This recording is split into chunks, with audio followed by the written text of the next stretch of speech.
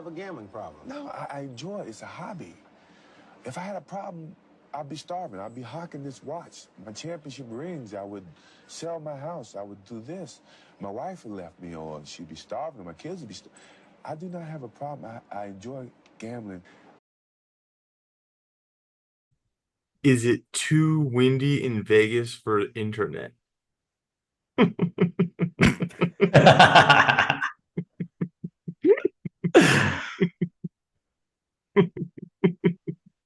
Internet currently down in Las Vegas due to wind. All right, so, dude, Hard Knocks is so good. Dude, I know. They It's do really such good. they do such a good job. Like I was taking notes like the whole time, and then at the end, dude. So they did the little showcase like early in the, like halfway through the show. They did the little showcase on the backup QB, the blonde kid, Austin Reed. He's like the sweetest kid ever. Talks about watching Love Mhm. Island with his girlfriend or whatever.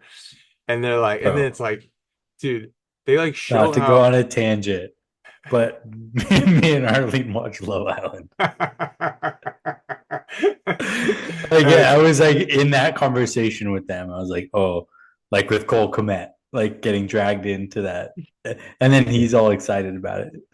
Anyway, That's funny because when it was happening, I was like, I don't really know what they're talking about. What are the chances that Jamie does? Because like that's a totally like a relation, like something you would only watch when you're like in a relationship exactly. like that. Yeah, What's funny is like it was really true where like you're like, oh my God, I'm watching this show. And then like you're like, wait, what happened with so and so like the next day? It's like, wait, you're not watching without me, are you? So the dumb. big early Love Island plug. We'll see if we can get a Yeah. spot. We'll see if we can get them to sponsor. I really like that the joke or like the joke Cole Kmet told about like they meet each other. It's funny how those types of shows manage to find the craziest people that are like they're like I, we met yesterday. I think you're my soulmate. It's like yeah. they're just like perfectly like tuned for like get there and just like get swept away by whatever's happening in the moment. Yeah. Yeah. Um so they're like doing that little showcase on him and like highlighting the fact that like basically backups get no reps. And you're like, oh man, it was making me think of what we talked about yesterday about like Yeah. guys that get a bunch of first team reps just have such an unbelievable advantage. Like it really makes me think like I was holding out hope for like Justin Fields or for like Zach Wilson. But like, dude, those guys just suck. They got all those reps. They got all those reps and they just aren't good. And like this kid just like, please can I get two? He didn't get two throws in practice. And so I just think the show is just so well done. So they they do all that, then they circle back at the end and they show the mom and the dad like, please. And then the first completion, of course, then they show McDermott challenge, get that completion out of there. And Yeah. then they show the next that angle that they have of the completion that he does finally show. It literally feels like you're watching Rudy. It feels like you're watching a sports Yeah. movie. Like, Yeah. like yeah, they're gonna win. Yeah. And then they circle back to the they circle back to the doctor too. I wrote this early in the show, early in the episode. Uh Dude, can you imagine winning the genetic lottery like the kid, 33? Just the Wheeler he's just a doctor and a professional football player. Yeah. Yeah, and then they circle back to him too, and he runs those two touchdowns. And they were like, I was during the beginning, I was like, oh man, this coach is a dick, dude. Stop being mean to I know. stop being mean to our guy, dude. He's the fucking man, like the sweet little doctor. And then of course they're just doing that to just tee you up for him to get two touchdowns at the end. It's like Yeah. really, really a good TV show. It's pretty rad. Yeah, it's really well done. Like you've never heard of this guy, and then all of a sudden you're just rooting for Ian Wheeler. Yeah, no, Like, come on, man. Come yeah, on. you like fall in love with him in like 8 minutes. It's amazing, It is. It dude. is amazing. Speaking of falling in love, I'm so over the moon for Caleb Williams. I know. It's crazy. Yeah. He's really, really passing the smell test. He's just Yeah. like he's just like Mr. Cool in a not like bad way. Like he seems like he's got it. Dude, Whatever. I remember this very vividly when I was visiting you in Newport Beach, and you were the first person who told me how good Patrick Mahomes was. Oh, And I really? was like, dude, are you sure? It was like after two, he had like two starts. Yeah, And you're like, yeah, I'm sure. He's really, really good. he's got And I it. was like, I don't know.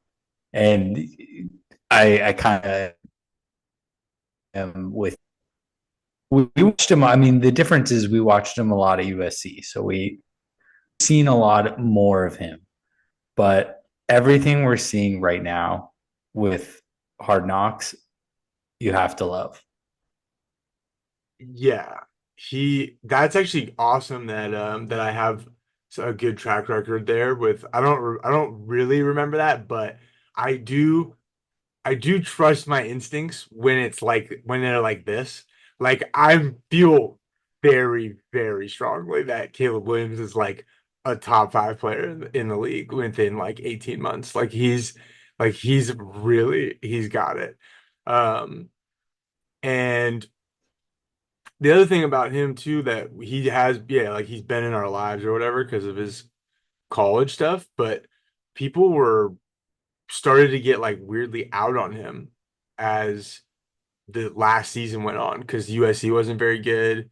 And I think there was a bunch of people in Fields' camp. And all of a sudden there was just like a bunch of weird stuff, fingernail paul, like you know what I mean? There was just a bunch of weird like nagging stuff about him. And so I just tried to stay like I think he's good, I think he's good, I think he's good. But now it's like I'm like overwhelmed by it on it's and Hard Knocks does seem to do this every year, but I'm not sold on the Bears for this season.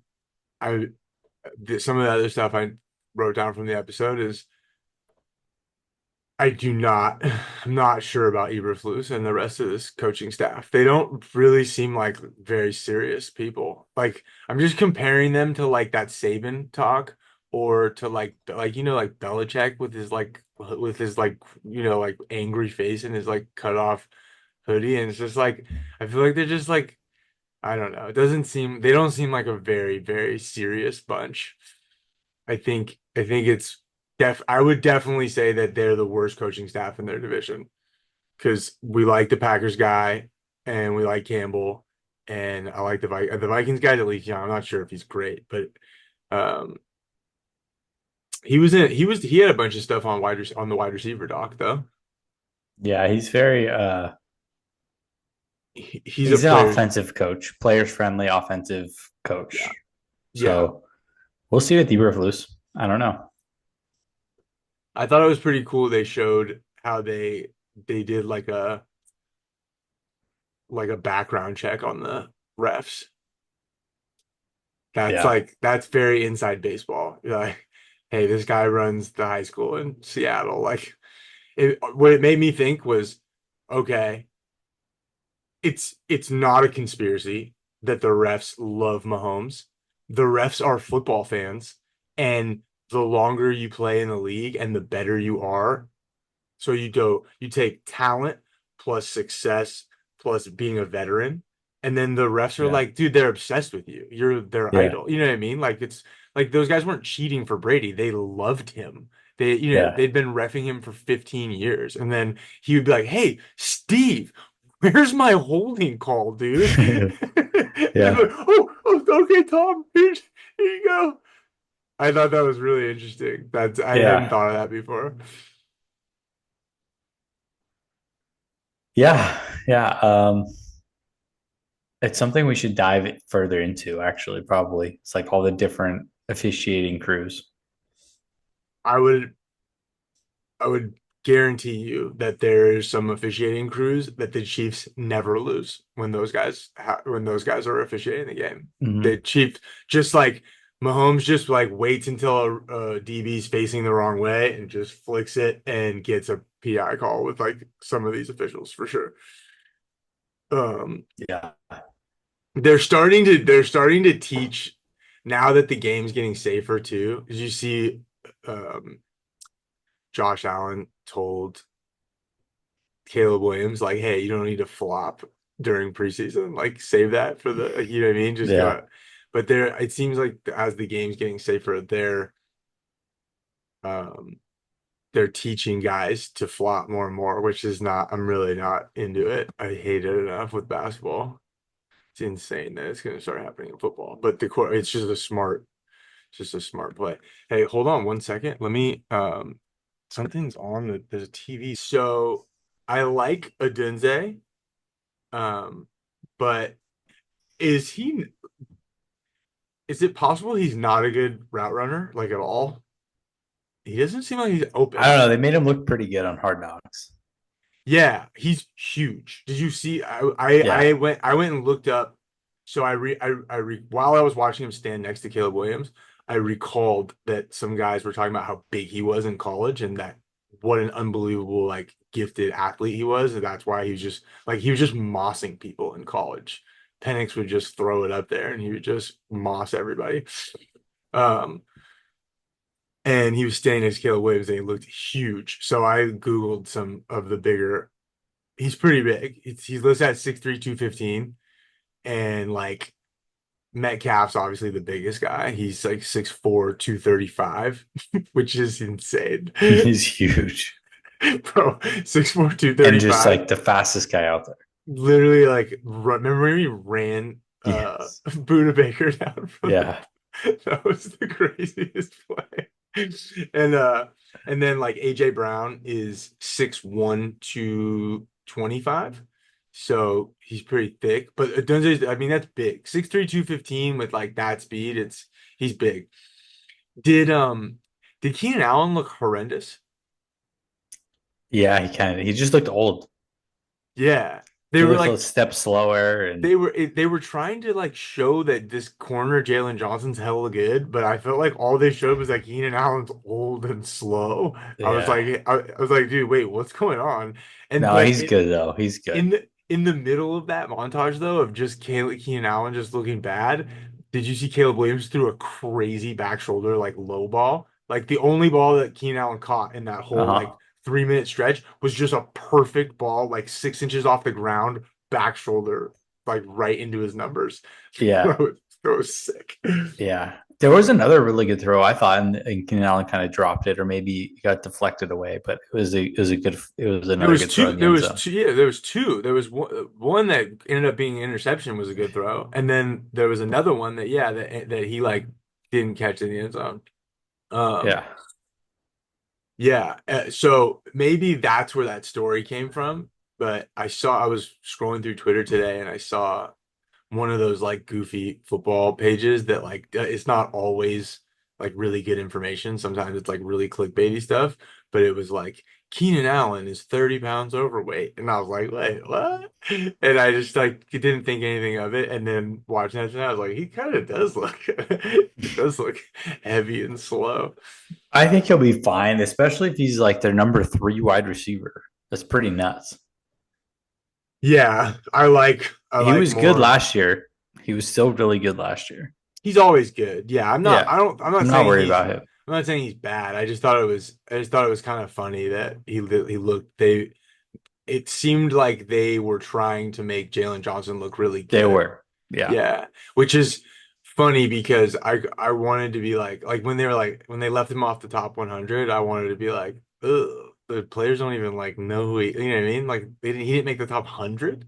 But then I remembered that Mahomes wasn't number one, so like, what are these guys talking about? Who know? Maybe they don't know what Mahomes they're wasn't talking. even the number 1 quarterback. I know, dude. The list is insane. Tyreek Hill is the. I mean, I don't hate Tyreek Hill and Christian McCaffrey and Lamar Jackson getting love, but what are we doing? Like, what are we Yeah. doing? What are we doing? Oh yeah. Um, yeah, man. I think I they're. think the Bears are going to be good. I actually do. The more I watch it, I've pretty steadily just faded blindly whatever team is on Hard Knocks. Yeah. I don't think And it's yeah. I think this time I'm actually feeling like I'm rooting for the Bears. Like I actually I'm want this team to be good and rooting for Caleb Williams. yes. I I actually think Caleb's good enough that they're gonna be in the mix, but I'm pretty sure I'm pretty sure they're not gonna be like I'm pretty sure they're still overvalued. And I'm telling you, if you and I are watching Hard Knocks and being like, whoa, maybe we are wrong about maybe the Bears are good. Every donkey and their mom is watching Hard Knocks like I'm betting the over on the Bears. The Bears are gonna win the Super Bowl. Like whatever enthusiasm we're mitigating through our just Yeah. like glass half empty gambling minds, the average like fan of football is watching Hard Knocks being like the Bears are winning the Super Bowl. Yeah. So